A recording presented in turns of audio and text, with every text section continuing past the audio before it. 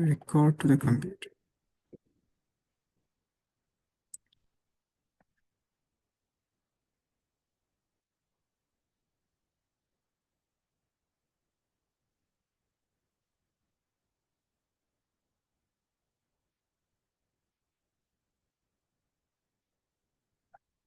Okay, hopefully you can see.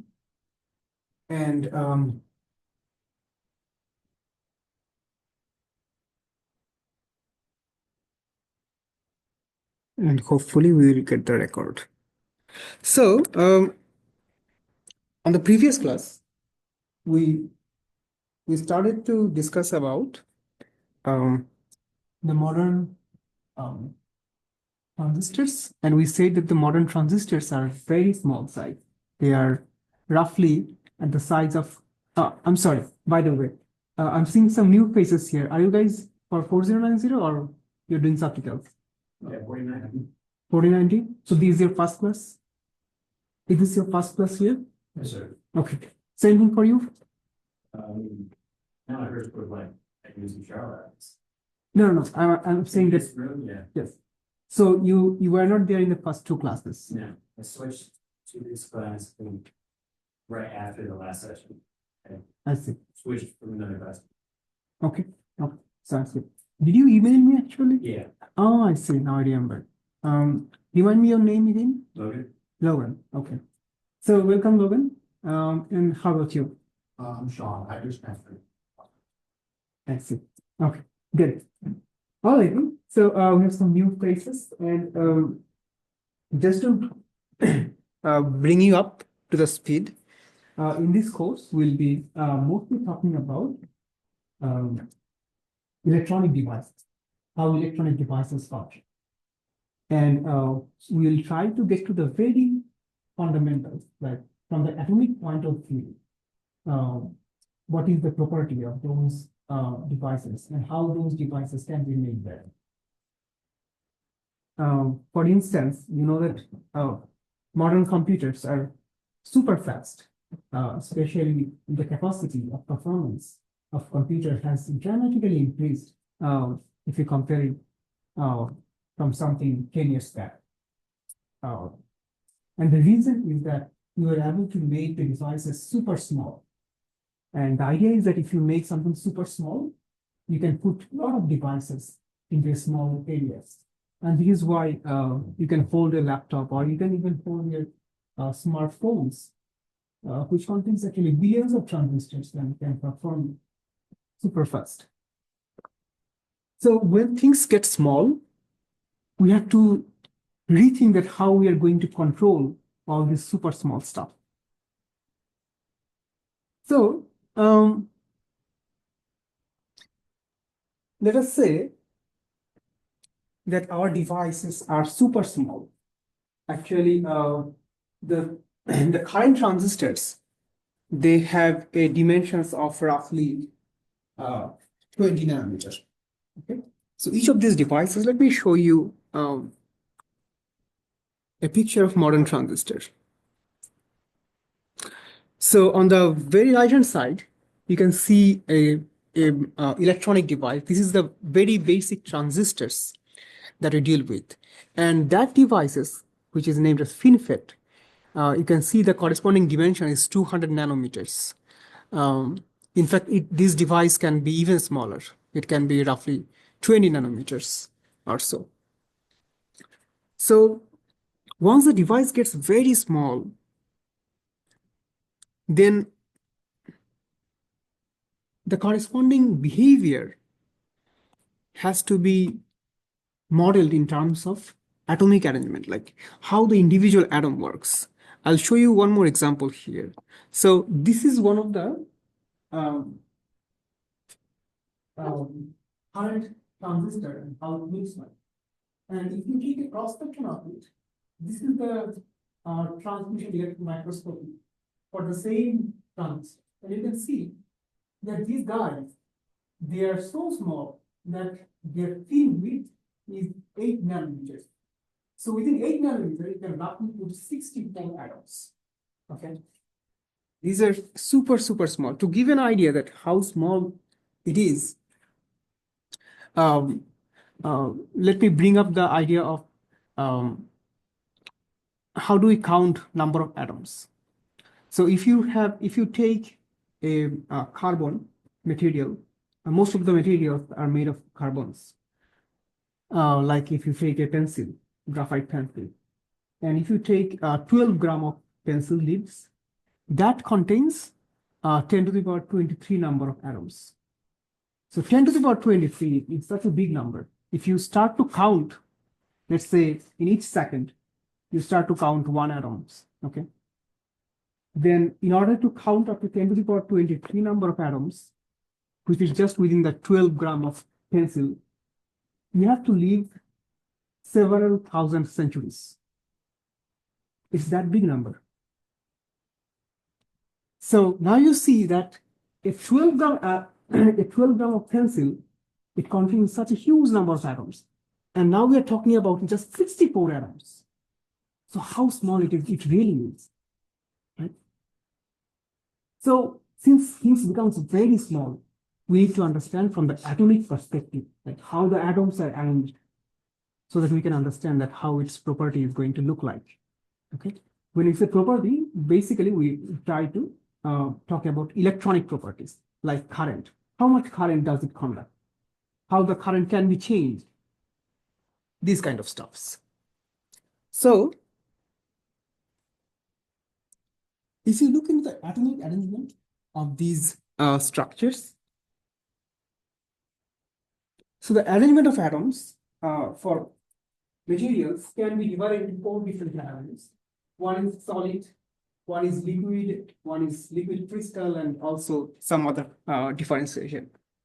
Now, most of the time in this course, we will talk about solid crystals. Why solid crystals? Let me ask you these questions. Let's say, I discussed it in the last class, but since some of you have not been there, so I will tell again that in order to have a current propagations through these materials, what really matters is that how the electron is flowing from one atom to another atom, okay? So can you guess that what happens if I take the atoms further away from each other? What will happen to the current conductions? Current conductions means how easily electron can go from one atom to another atoms. There will be higher resistivity. It will have very higher resistivities. Okay. So the how closely the atoms are packed to each other, that makes a difference in terms of materials' electrical conductivity. It also depends that how they are oriented. If they're oriented left or right, that also makes a difference. Someone's asking about solar and plastic, or space deeply apart, but then plastic ones are. Right. So you see, in the solid crystal and in the plastic crystals, they have same position, right? But the orientations of the molecules are different. Right. So we'll see about.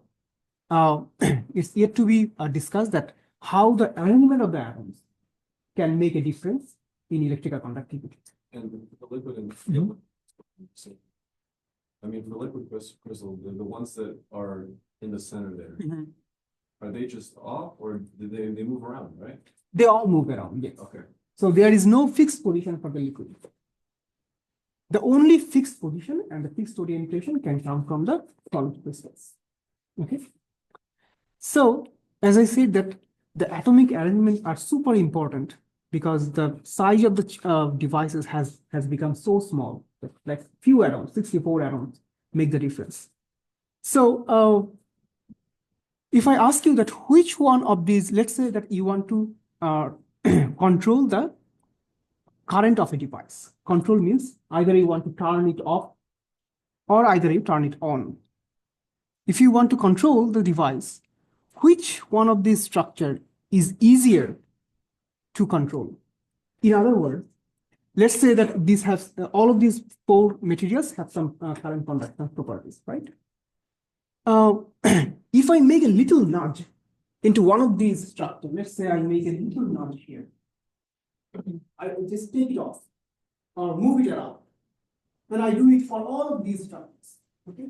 For all of these structures, I just nudge a little bit on the corner of one of the atoms. Which one of the configuration will be mostly impacted by this small nudge? What do you think?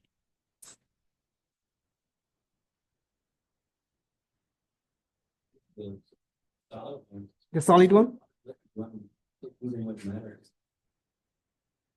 Right, yes. So the most of the impact will be observed by the solid crystals, okay? Because they are already periodic. And if you make a little nudge into one of the atoms, it actually creates a significant disorder. Compared to the rest of the stuff, they are already disordered, right? So a little nudge will not make much difference. Do you follow? So this is why when we try to shrink down a device, we try to work with the solid crystals, because solid crystals are the most easy stuff to manipulate. Okay, if it were a liquid, it would be very difficult to control. Like you have to change each and every single molecules probably. And still, I'm not sure that whether it will help you to have very good controls. In case of solid, just one little nudge, one little control will make a big difference. All right, so let us look at the modern transistors and how different materials are utilized to make these transistors. We say that solid crystals are extremely important for us because solid crystals can be easily controlled, manipulated. So on this picture, we are showing the basic structure of it, MOSFET, metal oxide semiconductor, field effect transistor. Have you taken a previous course on transistors and near particle transistors? Yeah, electrons one and All right. So you know about MOSFETs, right? So in a MOSFET, we basically make three different material and make a sandwich of them. These materials are metals. So gates are made by metals, and at the bottoms we have silicons. These silicons creates the conductions from drain to source, and in between gate and the silicon, we have a sandwich layer of silicon dioxide. Okay, so the right-hand side picture, it shows you the very fine high-resolution image of these materials. And if you look very carefully, you will see that the very bottom material, which is the silicon substrate, and the very top material, which is actually polysilicon substrate, they have some particular orders of atoms. So each of these dots that you're seeing, these are actually atoms. Okay. Versus the atoms that you see in the sandwich layer, the silicon dioxide layer, they have a very different orientations. Let me see if I can zoom it a little bit to help you further. Is it better? Can you see that the silicon dioxide have actually no orientations? Like it has no periodic patterns. But if you look at the silicon substrate, it has a very nice arrangement, very regular patterns. Is it visible? Can everyone follow it? Okay. And we need these kind of patterns in order to control the conductivity of silicon substrate. Remember, the silicon substrate, it makes the basic transistors, right? And we want to turn the conductivity to be very high or very low by applying some gate voltage. So this is why it is absolutely crucial to have a material with a very nice periodic arrangement. So silicon substrate has to be periodic. Polysilicon, it may also look like periodic, but if you look even closer, you will see that the periodicity, it's not a long range periodicity. Like if you look into this guy at the very right hand, is showing some zoomed version of this polysilicon, and you'll see that there is no long range periodicity of polysilicons. Versus if you look at the silicon, they are all periodics. And look at the silicon dioxide, which is at the middle. Now this has almost no periodicity at all. So because it has no periodicity, it is actually very bad conductor. It's actually an insulator. The best conductor here is actually silicon substrate and the polysilicon. Okay. So understanding the crystal properties of materials is very important for us so that we can know that how to control the electrical conductivity of these materials according to our desire.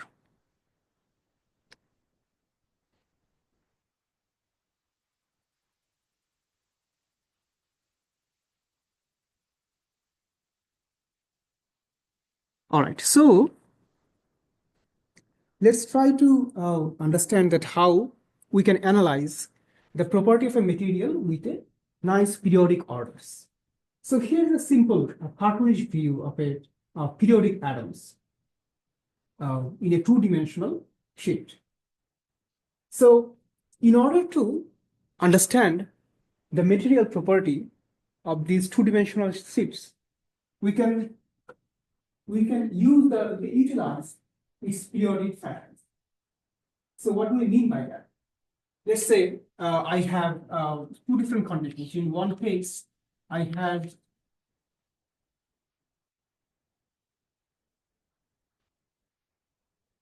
atoms like this with no particular periodicity, and I want to measure. Actually, I want to mathematically calculate the current that can go through this material. Versus another case where I have very regular pattern of atoms, and I want to mathematically calculate the current that can be propagated to these materials. Which one would be easier, do you think, to model? This guy or this guy? Let's say that both of these guys have same number of atoms, but one atom, in one case we have complete disorientations, in another case we have perfect periodic arrangement. Which one will be easier to model? Perfect one. The perfect one, right? And the reason why it is easier to model is that you can actually study the property of a single atom. Okay, because once you study the property of a single atom, let's say we're studying this guy with a box around it, and if we can understand only this part of this material, then the entire part is very easy to reconstruct because you can simply make a transition of these boxes to replicate the entire material. Okay, so just a periodic transition of each of these boxes will give you the behavior of this entire structure. Versus in the first case, there is no such periodicity, so you cannot repeat anything. Like you have to, in order to really model the first guy, you have to look into each and every individual atoms. So mathematically, that would be very impossible. I told you that if you take just a 12 gram of pencil, it has 10 to the power 23 number of atoms. So you cannot solve 10 to the power 23 number of atoms. But it is much easier if it's crystal. You can only solve one single atoms, and that will give you the entire property of the materials. Understood? So this is why we try to understand the the periodic materials, and we will, in a periodic material, we will only study the unit cell, single unit cell that we can replicate over and over to make the entire material. So this is why in a material, in a solid crystal material, our first objective is to try to find out which one will make that unit cell. Does everyone follow? So in this picture, there are actually multiple different ways by which we can make a unit cell. For instance, we can make a unit cell by taking the corners of 4 different atoms.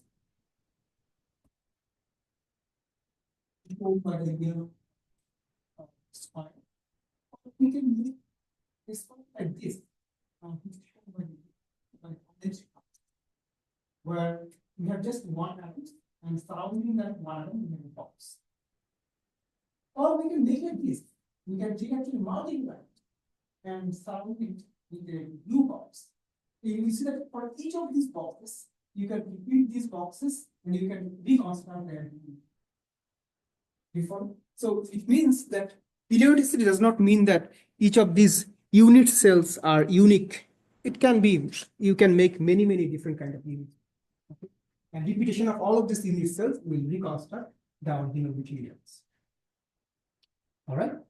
So since there are many, many ways to make unit cells, then people try to find out that is there any unique way of making a unit cell so that there is no more confusions and if there is any systematic way. So there is one method called Wigner-Seitz primitive cells, and the way they make the unit cell is the following. They take all the atoms and they connect all the atoms with its neighboring atoms. So let's say that we start with a atom at the very center, which is shown in the red color, and we make a connections with with all the neighbor atoms. And then we take a bisections of all these connections. Then at the very center, we create a yellow zone. These yellow zones are actually being created by the bisections of all the connections. Then these bisection connections will give you a unit cell of the structure. And this is called Wigner-Seitz primitive cells. So this is one way to find out that what is the unit cell of a solid crystal. And so once we understand and find out what is the unit cells, let's try to see whether we can construct a lattice out of it. So lattice or crystal can be made out of unit cells, but how we are going to reconstruct? One way of reconstructing a material is this. You take a unit cell and you transpose those unit cells by integer numbers. So let us say that we have a material like this, and this is one parameter, and the vertical one is the another parameters. Now we can repeat these vertical and horizontal basis with some integer multiple of it to get to any other points. And if you can repeat the entire material by doing this kind of tricks, then this entire crystal is called Bravais lattice. Okay. So the idea is that first you have to identify what is the unit cells, and secondly, you can use these transformations so that you can reconstruct the entire stuff. So not all materials, they could be periodic, but they may not be a Bravais lattice. For instance, if you look at the top right corner, in top right corner, we also have some periodic materials. But there is some funny stuff going on here. If you try to replicate the entire material by using this formula, that R is equal to HA plus KB. Remember that A and B, these are actually basis vectors. And H and K, they are integer numbers. They can be any arbitrary integer number. So if you can use this formula and you can go from one atom to another atoms and find the exact same atom, then it will be called as a Bravais lattice. But in reality, there might be some materials which will look like the top right-hand formulas. So because these are conjugate atoms, you cannot really use this formula to have a Bravais lattice. So in order to make it Bravais, you have to actually combine both of these atoms together. So here is one example of a real materials, a graphene. I'll zoom it again for your convenience. So in a graphene,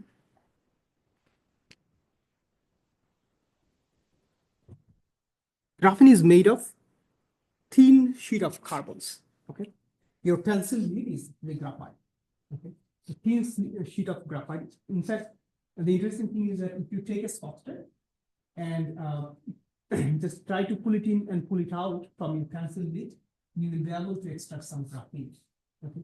This is how the very first graphene sheet was discovered. Was extracted. Exfoliations, mechanical exfoliations. And because of these exfoliations, a Russian scientist, Novoselov, he won Nobel Prize in 2004. And that material was very interesting because the graphene can be easily controlled in terms of electrical conductivity. You can easily turn on or turn off its electrical conductivity. And also it's actually the lightest possible stuff, like it's the thinnest possible stuff you can ever make. So this is why it became very interesting and people tried to put a lot of research effort on this graphene. So what I'm trying to show you here is a high resolution image of a graphene. So if you look on the very right hand side, you will see that this is a sheet of graphenes, and maybe not too much can be seen from here in terms of atomic energies. But if you try to zoom it over and over, let's say you zoom it even 10 times larger. So you zoom these blue boxes so that you can get these other images. Okay, in this image, look at the corresponding dimensions, 10 nanometer, right? So within the 10 nanometer, you can see some granularity, but still you may not see what are the atoms, like how does the atom oriented to each other and what is their structure. In order to know the atom's position, you have to zoom it even further. So again, we zoomed it even further. So look at the red box, and if the red box is zoomed even further, now you might be able to see some interesting pattern. And the pattern look like this. So you see that each of these atoms are actually being shown here. And does this shape remind you of something? Have you ever seen this kind of shape in any other places? Hexagon shapes. So it's like the honeycomb shapes, right? So these hexagon shapes are actually the trademark of graphenes. Okay. So we'll try to see that how we can draw a cartoon picture of graphene sheet. So these hexagons can represent a graphene sheets. And if you look closely, we'll see that this is also clear, but can they be made where you can go from one point to another point and look around you, and you see that no matter what, all of the neighbors look exactly the same. To explain what I just said, let me draw you a diagram.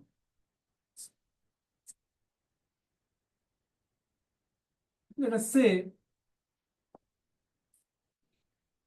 we are talking about a periodic arrangement like this. Okay. So if it has to be a Bravais lattice, then the condition is no matter where you go, you must always have the same neighborhood, exactly same neighborhood. So let's look at here. This guy has a neighbor 1, neighbor 2, neighbor 3, neighbor 4, and also some neighbors in the palms, right? If you change the position of these atoms, let's say instead of starting from here, you start from here, you will see the same kind of neighbors, right?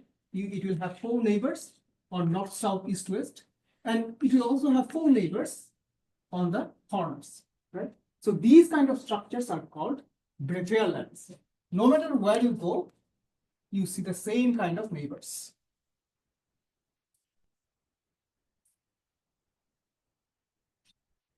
Now, can we say a graphene satisfies the condition of Bravais lattice? Let's see. I'll draw it again here. Is this visible from this side? Visible? Okay. So I'll try to draw the graphene with hexagonal structure.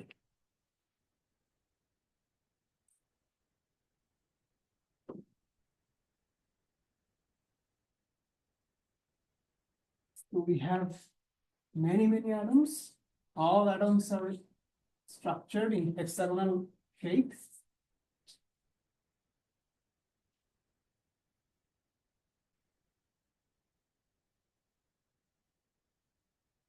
Oh, I think that suffices for us.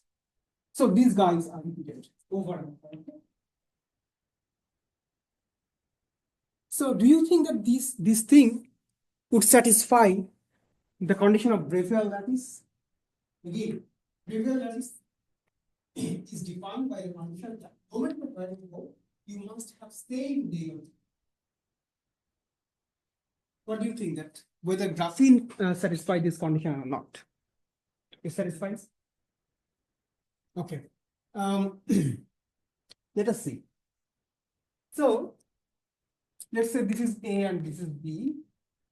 Let us try to see whether A has same neighbor as B. So look at that. A has a neighbor. A has two neighbors, right, on its left-hand side, but A has one neighbor on its right-hand side. Let's look at B. B has one neighbor on its right-hand side, left-hand side, but B has two neighbors on its left-hand side. Do you see that they are actually flipped? They are periodic for sure, no question about that, but they do not strictly follow the Bravais lattice conditions. The neighborhood is a little flipped. So this is why, in order to make the Bravais lattice, we make a mathematical abstraction. So we say that, okay, A and B does not individually satisfy the Bravais lattice condition. But what if I consider both of these atoms as a conjugate atom? So I give the name as AB. And let's say I give all of these AB atoms, I consider all of them as a conjugate atom.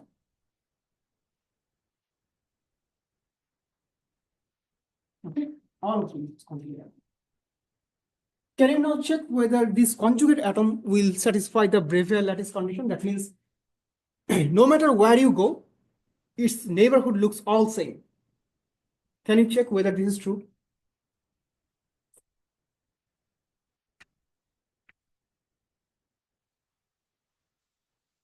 Let's look at here. It's a conjugate atom, right? AB. It has neighbors here, neighbor here, neighbor here, neighbor here, right? Mm-hmm. Let's look at here, this guy. It also has the same stuff. Neighbor here, and some neighbor here, some neighbor here, right? So do you see that once I make it conjugate, then I can actually satisfy the Bravais lattice conditions. Before we make it conjugate, it was periodic, but it was not Bravais lattice. Okay. So one more time, that why we are making it Bravais lattice? Because we want to mathematically model it. Okay. There was time, like 30 years back, when in order to understand a material's property, people just try to go to the lab and just make the material, try to find its conductivity.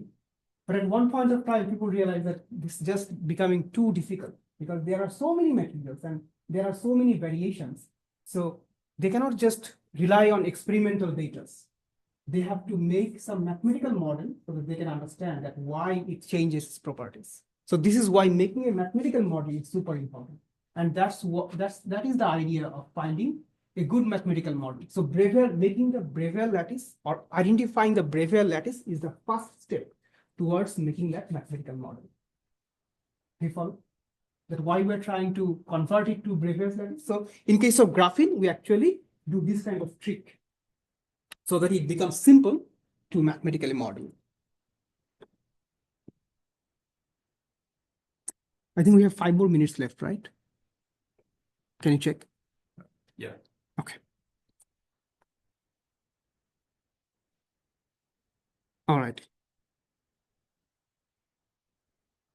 So as I said, that why do we want to convert crystal into Bravais lattice? The motivation is the same, that we want to make a systematic approach to model a materials. Okay, so that we can understand and we can calculate, even through computers, we can calculate its electric properties. So there are 5 different types of Bravais lattice. So the simplest possible Bravais lattice is probably the one at the top center. So at the top center, it's called rectangular. Actually, I'm sorry. The simplest two-dimensional Bravais lattice is probably number 5, the bottom right corners. In that simplest Bravais lattice, you basically have a square. Okay, the square means each of these atoms is separated from each other by a same number, same constant values, and it's two-dimensional. And then on top of that, you have some other extra variations. For instance, maybe you may have a greater distance between atom A and atom B compared to what you have the distance between the vertical atoms. You may also have some angular separations between one atom to its neighbor. So that will also make you some other variations. So overall, by changing the lattice parameters and by changing the angles between lattice parameter, you can make some variations of the Bravais lattice. The most simplest one is the square lattice. Okay. Now, real structure is not actually two-dimensional. I mean, we do have some two-dimensional structure, and I showed you already one of the example, which is graphene. This is actually a 2D materials. But typically, all the materials that you see around, most of them are 3-dimensional materials. So 3-dimensional materials, if you want to convert them to Bravais lattice, you have to consider their 3-dimensional variants. So in 3-dimensional structures, there are 14 different types of Bravais lattice. But all of these variations, they basically come from changing the lattice parameters. Remember, lattice parameter means what is the distance between one atom to its neighbor. Okay. For instance, in some crystals, we have a conditions where the atoms are arranged like this. Let me try to draw.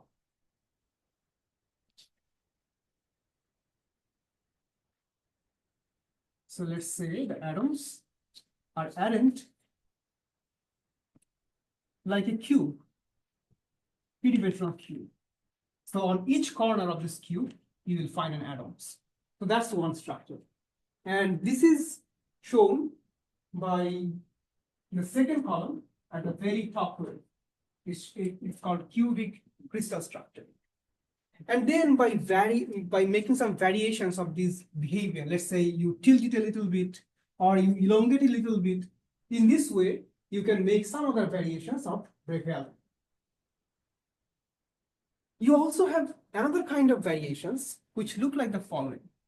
I'll try to draw it again, this time make it bigger so that you can see it better. So we talked about cubic shape, and I say that in the cubic shape, we have atoms on all the 8 corners of a cube.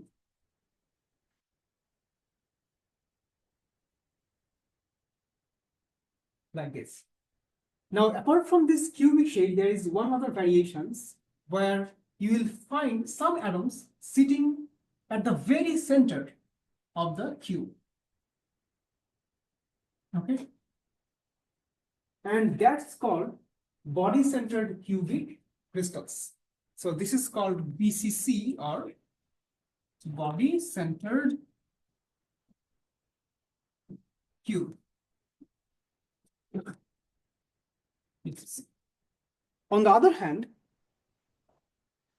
there is another variation which is also very common among many materials, and it is called face-centered cube. And face-centered cube looks like the following. We have cubic crystal.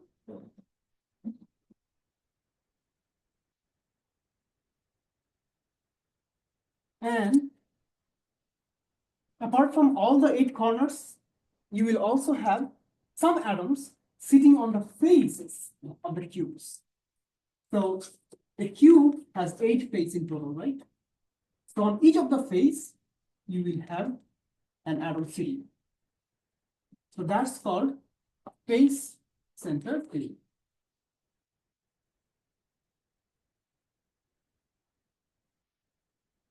Or FCC structure. All right. So